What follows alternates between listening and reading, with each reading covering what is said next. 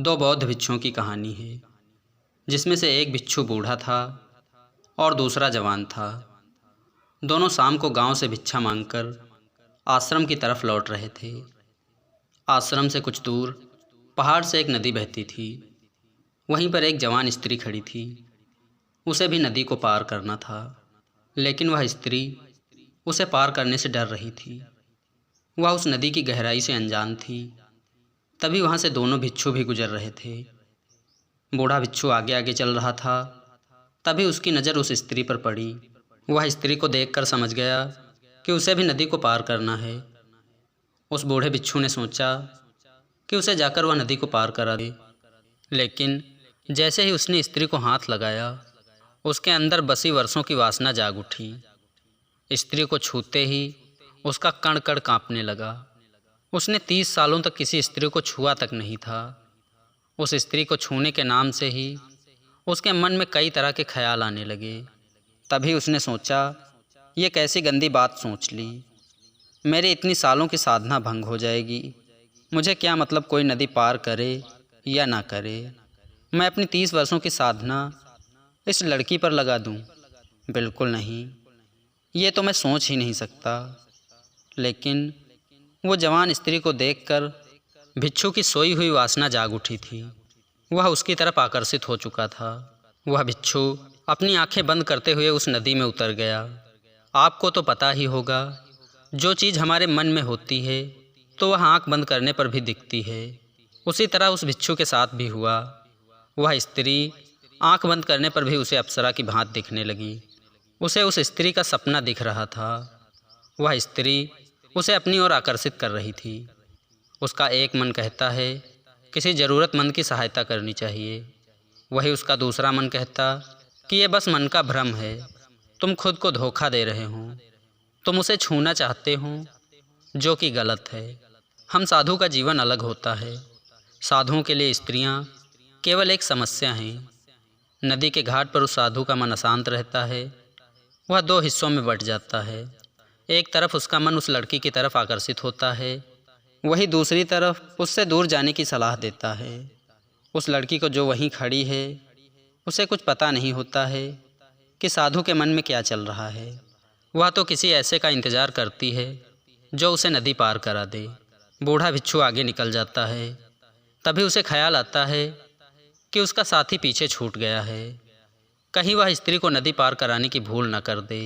वह तुरंत वापस जाता है, लेकिन जब बूढ़ा भिक्षु वहाँ पहुँचता है तब तक देर हो चुकी थी।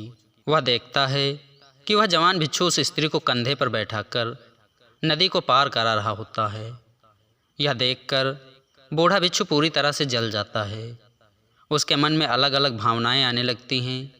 वह सोचता है कि इससे अच्छा तो मैं ही उसे नदी पार करा देता। लेकिन वही दूसरे पल उसे ख्याल आता है कि ये कैसी पागलपन वाली बात है। मैं उस स्त्री को अपने कंधों पर बैठाकर अपने 30 साल की साधना को नष्ट करूं? कभी नहीं। मैं इस गंदगी के ढेर को अपने कंधों पर नहीं बैठाऊंगा। लेकिन वही दूसरी तरफ युवा भिक्षु को स्त्री को कंधों पर उठाया देखकर आग बबूला हो रहा था। वह मन ही मन सोचता है, आज आश्रम जाते ही मैं गुरुजी से कहूँगा कि इसने एक स्त्री को कंधों पर उठाया है, यह अपवित्र हो गया है। यह युवा सन्यासी पूरी तरह से भ्रष्ट हो चुका है। इसे आश्रम से बाहर निकालो। तभी वह युवा भिक्षु उस स्त्री को नदी के दूसरे छोर पर उतार देता है और दोनों भिक्षु वापस आश्रम की ओर चल देते हैं। वह दोनों रास्ते भर बात नहीं करते हैं। जब दोनों भिक्षु आश्रम के पास पहुंचते हैं तब बूढ़ा भिक्षु कहता है, याद रखना, मैं गुरु से कहूँगा कि तुम अपवित्र हो चुके हो। तुमने उस जवान स्त्री को कंधों पर उठाया है। यह सुनकर वह युवा भिक्षु चौंक जाता है और कहता है, स्त्री, उसे तो मैंने नदी के किनारे उठाया था और वहीं छोड़ भी दिया था, लेकिन ऐसा प्रतीत होता है कि आप उसे अभी भी ढो रहे हैं, जबकि आपने उसे उठाया भी नहीं था। फिर भी आप उसके बारे में सोचे जा रहे हैं। मैं पिछले कुछ देर से सोच रहा था कि आप किस ध्यान में खोए हुए हैं, लेकिन आप तो मन ही मन में उस स्त्री को नदी पार करा रहे थे। इस प्रकार अपवित्र तो आप हैं, हम नहीं। दोस्तों, इसी तरह हम हमारे जीवन में उन्हीं पुरानी बातों को लेकर ढोते रहते हैं जिन गलतियों को पहले कभी कर चुके होते हैं, जिनको लेकर हमारे अंदर लड़ाई चल रही होती है और हमें मालूम तक नहीं होता कि हम पुरानी मानसिक सोच को लेकर आज भी चल रहे हैं। हम ये देख ही नहीं पाते हैं कि हमारे अंदर क्या चल रहा है। अगर आपको आगे बढ़ना है, ऊपर उठना है, तो अपने आप को जितना हो सके हल्का करो, क्योंकि हम सब अपने आप को दबा रहे हैं और वह दबा हुआ घाव हमें लगातार पीड़ा देता रहता है। उस घाव के कारण हमें वह चीज़ें दिखाई देने लगती हैं जिनकी लड़ाई हमारे भीतर चल रही होती है। सारा संसार हमारे लिए दर्पण बन जाता है। ये दमन की धारा हमारे व्यक्तित्व को तहस नहस कर देती है। हमारी इस मानसिक भावना ने सारे सूत्रों को जहर से भर दिया है जो हमें बर्बाद कर देते हैं।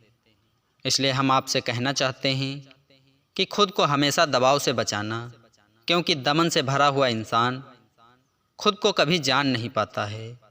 वह वहीं रुक जाता है जहाँ से वह आगे बढ़ने की कोशिश करता है। इसलिए खुद की भावनाएं और विचारों को दबाने से बचाना चाहिए, क्योंकि इनके दबने पर एक समय आने पर बवंडर आ जाता है जो आपके अंदर अशांति और हीन भावना को उत्पन्न कर देता है। इसलिए यदि आप वर्तमान में खुश रहना चाहते हैं तो आज से पुरानी बातों को हमेशा के लिए भूल जाओ। दूसरों के सामने अच्छा बनने के लिए खुद को मत दबाओ। आप जैसे हैं वैसे बनकर रहें, क्योंकि आप जैसे हैं वैसे ही अच्छे हैं। दोस्तों, इस कहानी से आपको क्या सीखने को मिला, कमेंट में हमें ज़रूर बताना। अगर कहानी अच्छी लगी हो तो वीडियो को एक लाइक ज़रूर कर देना।